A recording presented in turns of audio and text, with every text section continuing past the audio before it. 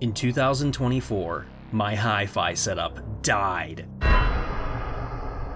To be specific, it was my legendary Technics SA-GX690 receiver, which stopped working. The receiver is the heart of an audio setup. This is the thing that everything else plugs into. Without this huge metal box, no audio can come out of the speakers, which means no music. Like, how am I gonna have the boys or some thotties over if I don't got tones? How am I gonna listen to podcasts on 3x speed while I'm in the bathtub in another room? I've hardly even bought any records since this thing broke. My life is spiraling out of control! Well, I actually just fixed the problem, which is what this video vlog is about. But first, let me rewind to when I originally got my hi-fi setup. So I think it was in like 2016 when I inherited this stuff. The speakers were from my uncle, the GX690 was from my dad, and he had a 5-disc CD changer with it, which sadly was already broken beyond repair. This setup was also paired with my grandpa's integrated Technics receiver to drive this tape deck, which couldn't run on its own. I still use this integrated system in my garage with the original Technics speakers that have seen better days, but they still sound pretty good.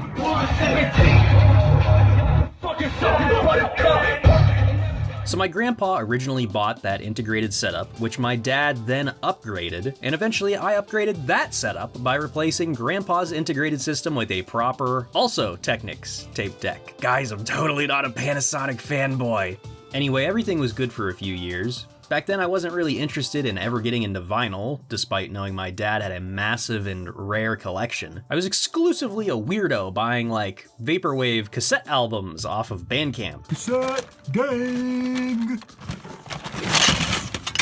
And I had my computer piped into the 690, so I was pretty much set and totally satisfied with my setup. Eventually in like 2018-ish, I did get a $5 record player at Goodwill, which turned out to have disgustingly good quality audio. And of course, if you've seen my vinyl collection video, you know that pretty much took over as my preferred medium to buy music on. But later on, I did start having the problem with my setup. Occasionally, when I would go to turn the receiver on, the speakers wouldn't play any audio. There'd be bass coming from my subwoofer, but nothing from the actual speakers. Turning it off and on a few times would make it work again, sometimes. And then I figured out that hitting the side of the case would fix it too. The subwoofer is functioning.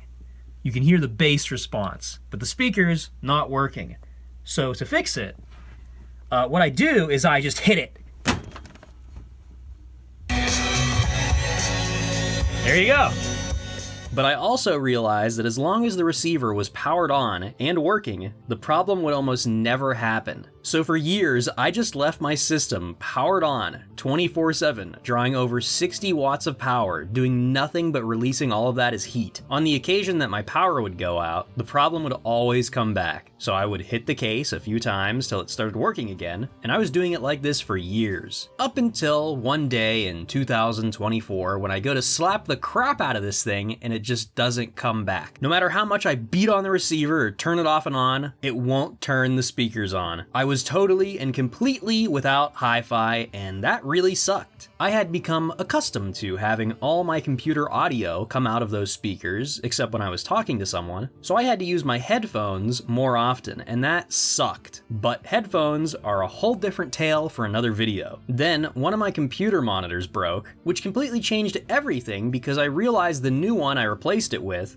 had built-in speakers that worked over DisplayPort. So I've been mostly using that, but I just don't listen to music now since I'm not gonna listen to music on a freaking computer monitor. I haven't even gotten the chance to listen to the few records I have bought since the receiver broke. For the past few years, I really only listen to music while I'm driving, or trying to find a song to use in the outro for my videos. And my poor hi-fi has been sitting, used as a shelf for camera stuff, waiting to be fixed.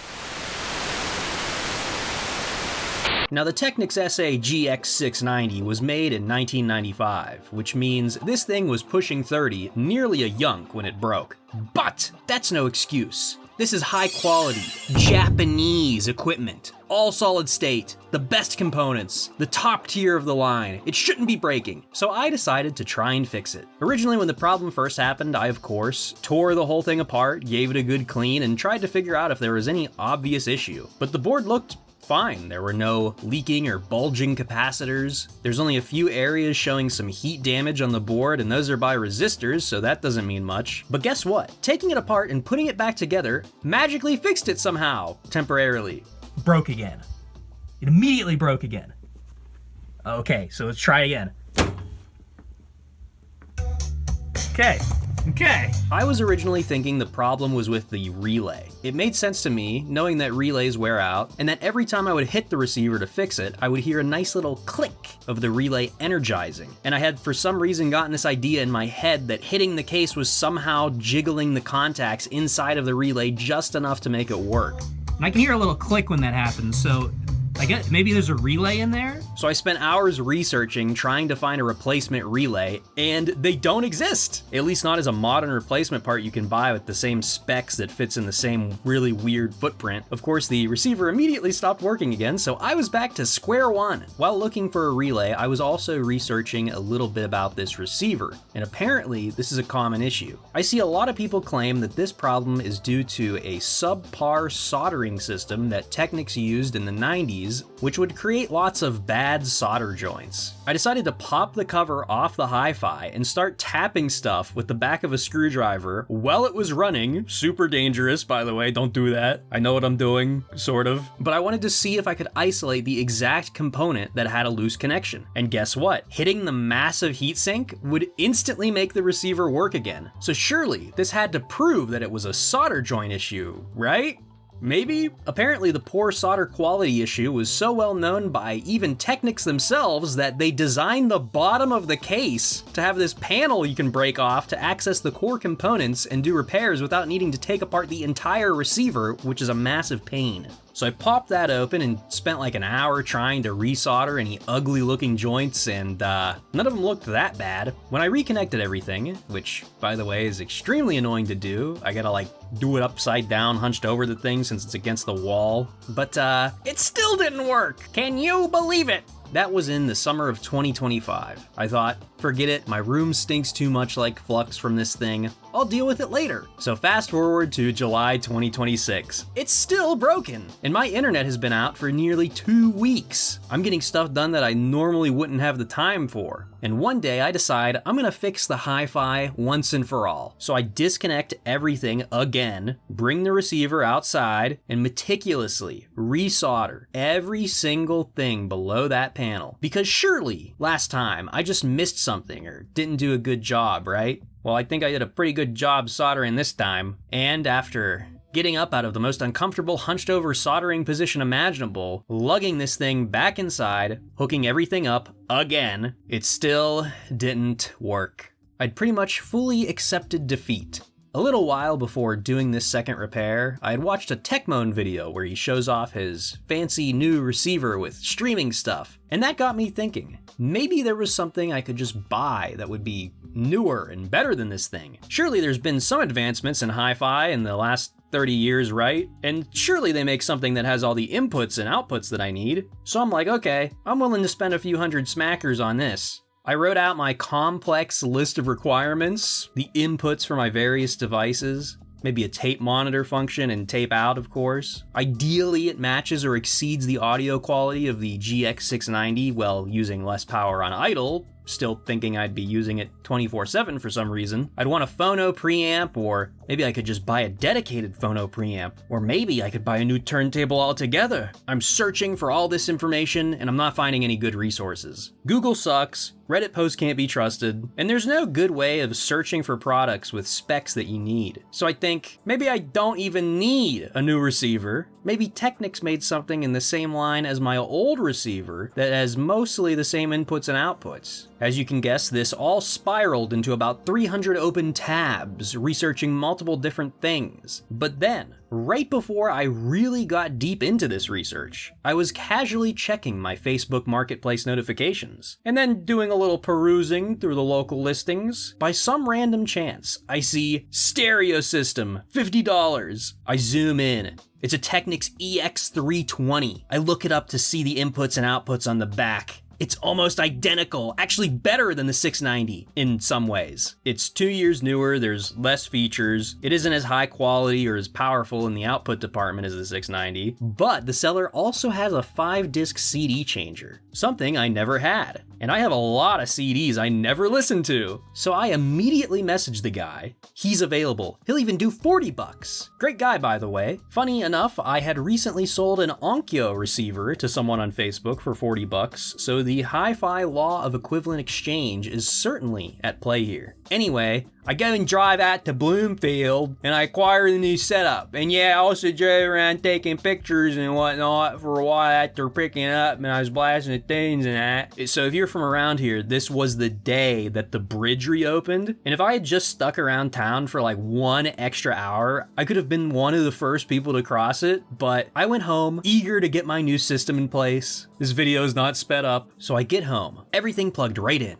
The receiver and CD player was working perfectly. I once again finally had hi-fi.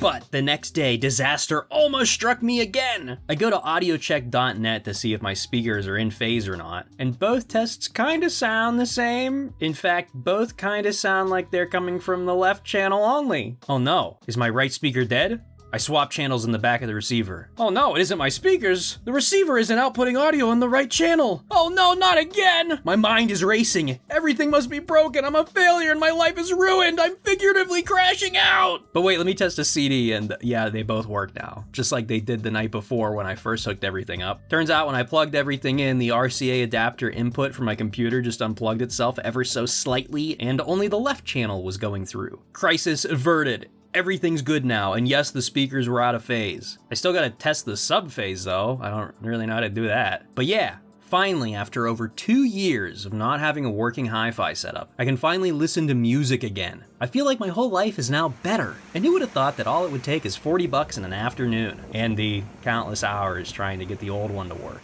Yeah, so about that. I do have the full schematics for the GX690. I have the repair manuals. I'm formally trained in troubleshooting electronic control systems for process instrumentation, but minus the lack of an oscilloscope and the nerves to work on it while it's plugged in, I have all the means to repair this thing no matter what's wrong with it. And maybe I will actually properly repair it one day. After all, this was the last piece of my dad's setup that I was using, so it kinda sorta has some sentimental value to it. I remember this thing was always around when I was a kid, blasting music in the garage or listening to the Steelers game on the radio while watching it with the TV on mute, as I'm sure many people can relate to doing back then. It's a really good piece of equipment, so maybe I'll actually properly fix it in a future video. I also now can finally make another video I've been wanting to make for a while that will be a proper tour of my hi-fi setup, though maybe by then I'll have one of those Technics linear tracking turntables or something like that to complete my stack. How much should I pay for an SL5 on eBay?